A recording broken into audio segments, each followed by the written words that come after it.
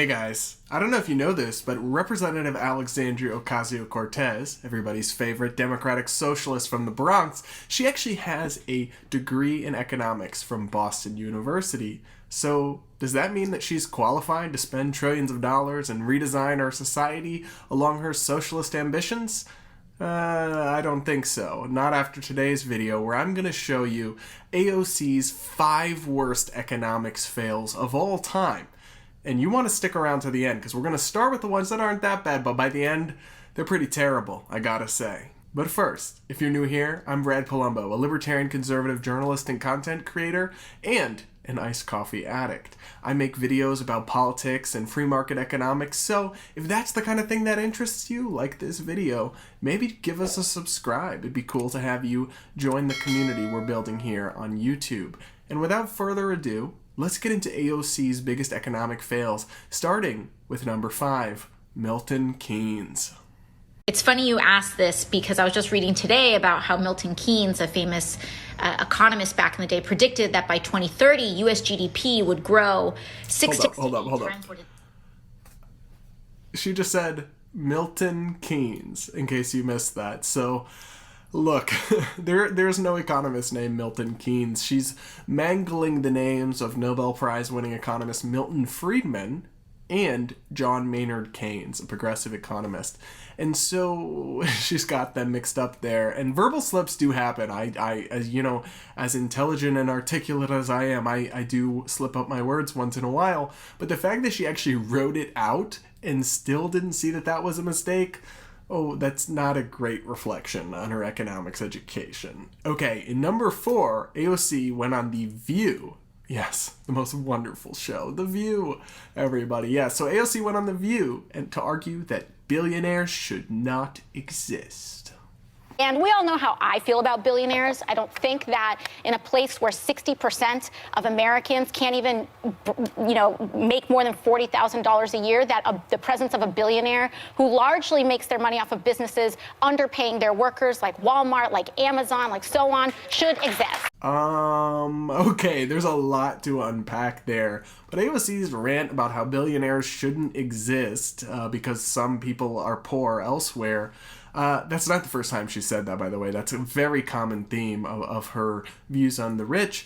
It's really economically illiterate, because one of the first things that you learn about economics is that in a free market capitalist economy, it is not the case that there are only zero-sum interactions by which people get rich at the expense of others. My loss is your gain. No, that's not how it works at all. In a free market economy, interactions and transactions are voluntary. They leave both people better off. When I go to the groceries, I'm not poorer, right? I'm getting more than my money's worth, or I wouldn't be buying them from the Stop and Shop or the Kroger that I go to, and yet they're also recouping a benefit from it, because if they wouldn't sell it if they weren't going to make enough money to pay their costs and make a profit, right?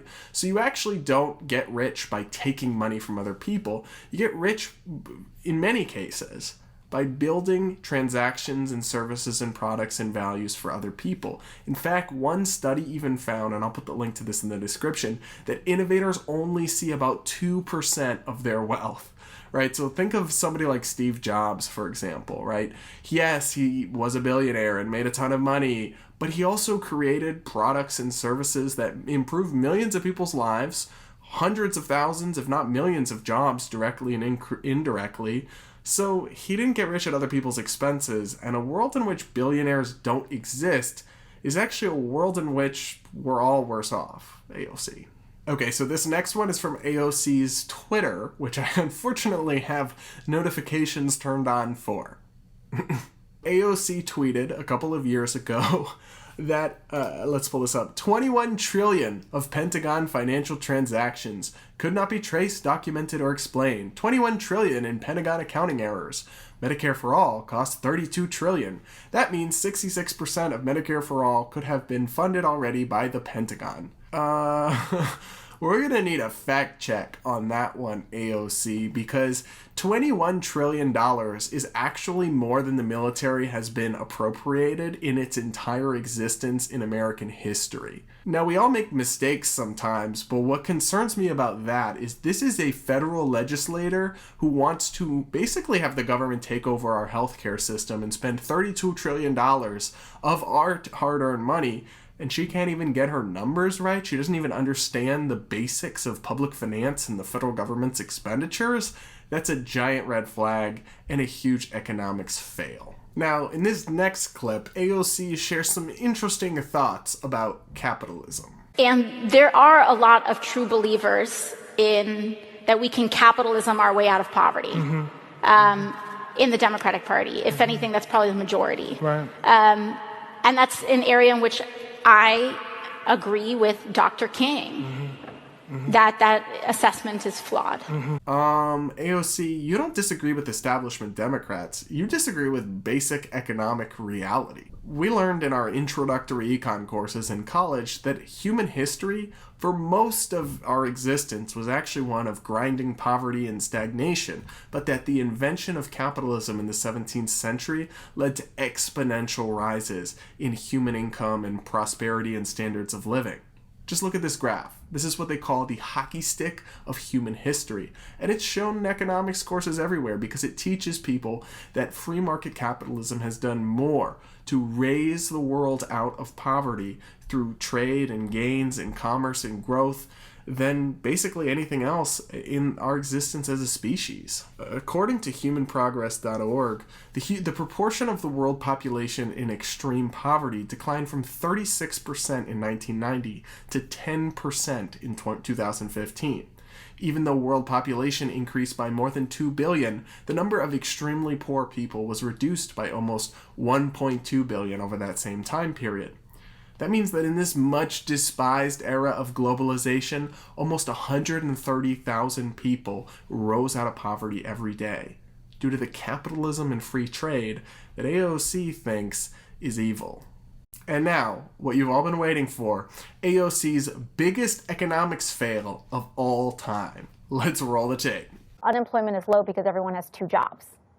Unemployment is low because people are working 60, 70, 80 hours a week and can barely feed their kids. What?